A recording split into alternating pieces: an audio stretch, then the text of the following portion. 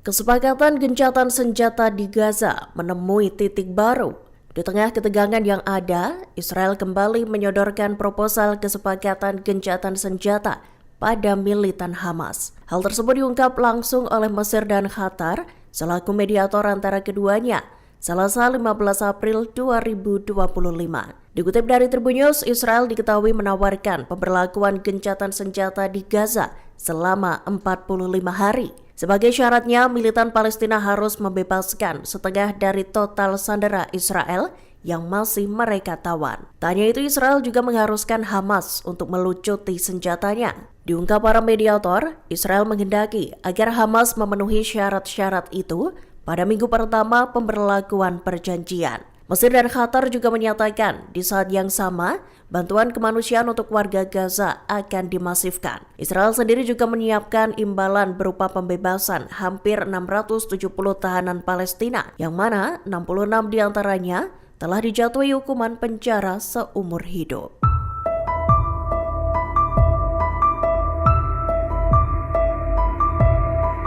Militan Hamas menanggapi proposal gencatan senjata baru yang diajukan oleh pihak Israel. Seperti diketahui, dalam proposalnya, Israel menawarkan 45 hari gencatan senjata. Namun Israel meminta imbalan berupa pembebasan setengah dari jumlah sandera yang tersisa. Militer Zionis juga mengharuskan militan Palestina itu untuk melucuti senjatanya. Menanggapi itu, Hamas menolak keras usulan yang mengharuskan mereka untuk melucuti senjata. Dikutip dari Tribun News, Hamas menyebut syarat pelucutan senjata itu sebagai sejuta garis merah.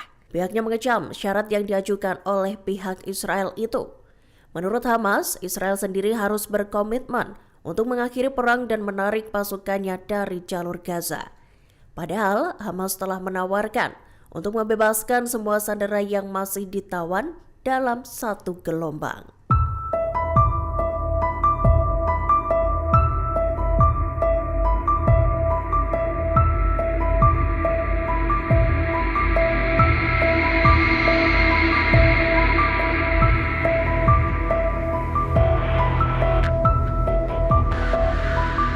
Belasan ribu orang berpengaruh di Israel menyatakan ingin genosida di Gaza dihentikan. Dilaporkan lebih dari 11.000 tokoh yang menyerukan hal itu, termasuk tentara cadangan, veteran militer, mantan pejabat, akademisi, pendidik, hingga profesional medis. Mereka disebut telah menandatangani petisi yang menuntut pemberlakuan gencatan senjata di Gaza dan pembebasan sandera Israel. Dikutip dari Tribun News, Rabu 16 April 2025, ratusan tentara Israel sendiri telah menandatangani 2 petisi baru. Diketahui petisi itu mendesak Perdana Menteri Israel Benjamin Netanyahu untuk menghentikan perang di jalur Gaza. Bahkan dalam petisi itu dinyatakan bahwa Netanyahu menghasut penegakan hukum. Perdana Menteri Israel itu juga dinilai membahayakan keselamatan pejabat dan berusaha menghalangi penyelidikan atas kasus korupsi yang menjeratnya. Adanya petisi-petisi itu juga memperingatkan krisis yang berkembang di lingkup militer Israel.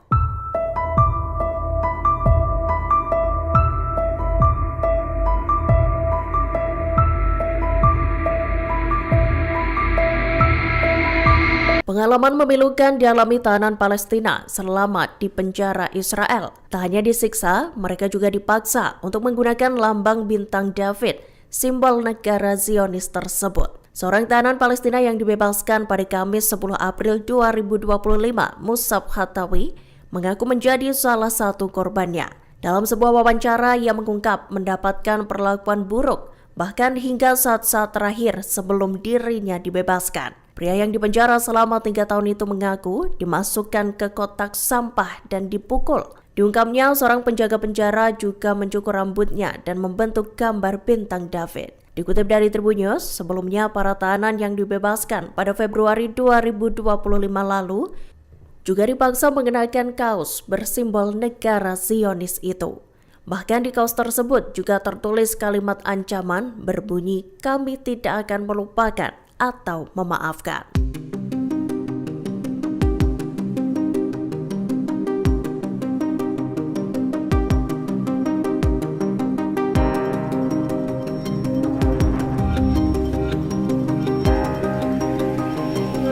Militan Hamas meminta para keluarga sandera Israel untuk bersiap menyambut kepulangan sejumlah tawanan. Hal itu disampaikan Hamas lewat sebuah video yang dibagikan di saluran Telegramnya pada Selasa 15 April 2025. Diketahui Hamas sengaja merilis video itu untuk disampaikan pada keluarga para sandera Israel. Militan Palestina itu meminta mereka bersiap menyambut keluarganya yang bebas dari Gaza.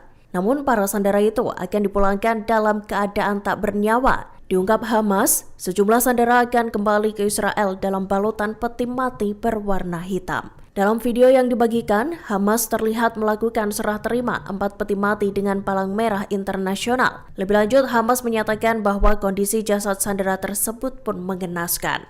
Jasad para tawanan itu disebut terkoyak akibat pecahan peluru dari rudal yang dilesatkan tentara Israel ke Gaza.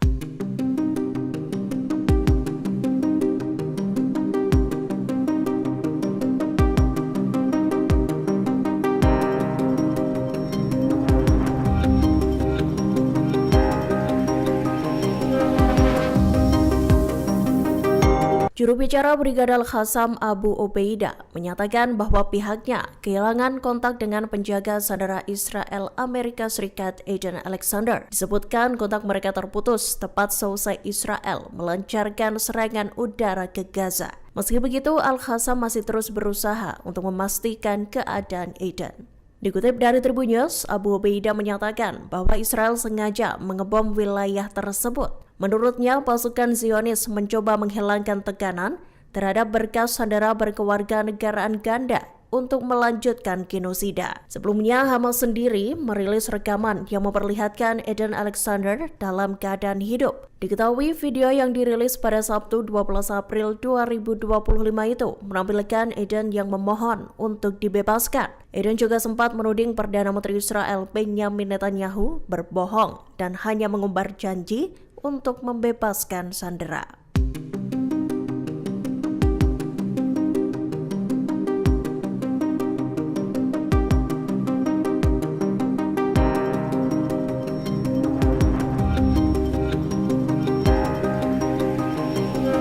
Pejabat senior Hamas menegaskan bahwa menyerah bukanlah pilihan bagi pihaknya. Ia juga mengecam agresi Israel yang disebutnya sebagai genosida di jalur Gaza. Militan Palestina itu juga menyebut Perdana Menteri Israel Benjamin Netanyahu telah melakukan kejahatan perang demi kelangsungan karir politiknya sendiri. Kepala Biro Politik Hamas di luar negeri Sami Abu Zuhri mengungkapkan pada Selasa 15 April 2025 bahwa Hamas takkan pernah menyerah. Pihaknya mengaku akan terus berjuang untuk memenuhi tuntutan rakyat Palestina. Dikutip dari Tribun News, Zuhri menegaskan komitmen Hamas dalam menghadapi pendudukan Israel. Zuhri menekankan Hamas tak akan mengibarkan bendera putih meski diterpa berbagai tekanan dari Zionis. Lebih lanjut, Zuhri juga mengecam Presiden Amerika Serikat Donald Trump atas dukungannya terhadap kampanye genosida Israel di Gaza. Selain itu, ia turut melontarkan kritikan keras pada pemerintah negara-negara Arab